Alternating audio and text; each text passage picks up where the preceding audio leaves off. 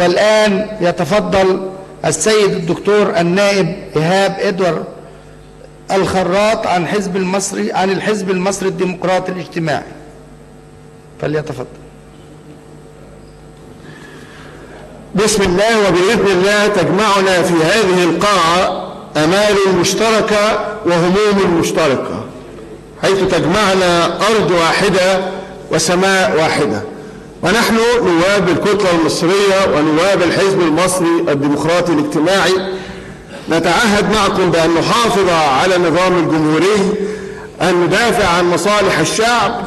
وأن نحترم الدستور والقانون بما لا يخالف شرع الله.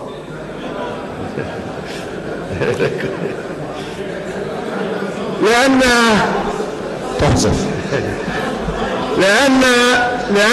نفهم، نشكر الرئيس، لأننا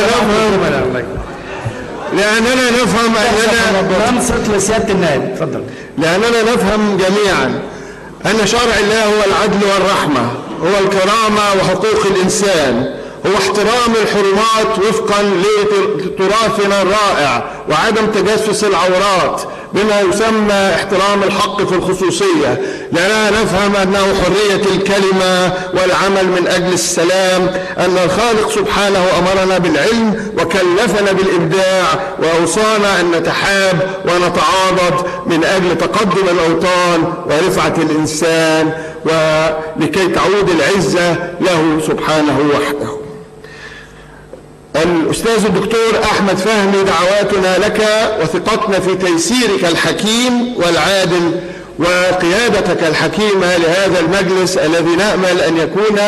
ليس مخزنا ولكن مخزونا ثريا للحكمة والفهم والخبرة والتداول،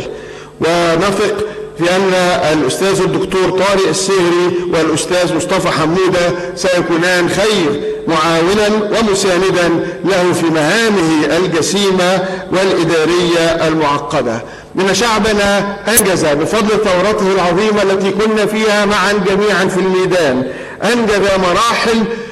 بناءة نحو الديمقراطية السياسية الحقيقية، ونحن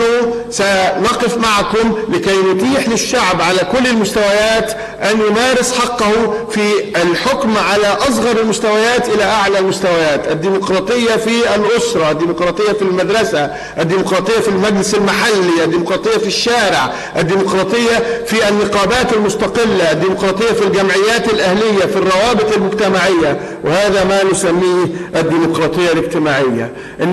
من أول المشاريع التي سنطرحها هو مشروع متكامل لإعادة بناء جهاز الشرطة، ليس فقط مقتصرا على الإصلاح والتطهير والمراقبة والمشاركة الشعبية، ولكن أيضا متضمنا المساندة النفسية والاجتماعية لأفراد وقيادات الشرطة لبناء القيادية التي تكفل تحول ثقافي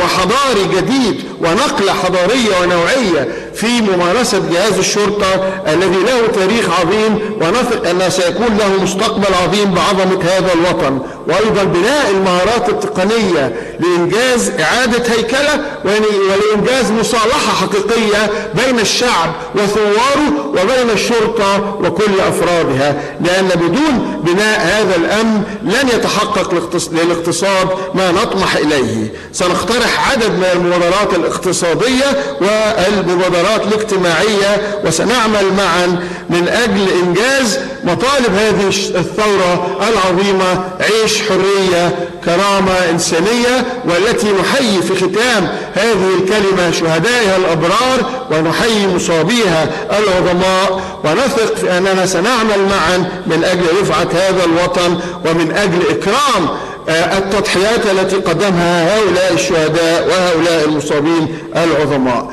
نشكر أمانة هذا المجلس على ما قدموه لنا من ترحاب، وعلى رأسهم سيادة المستشار فرج الدري الذين أشعرونا من أول لحظة بالحفاوة والضيافة التي تليق بعراقة هذا المجلس الكريم. وشكرا لكم، السلام عليكم ورحمة الله.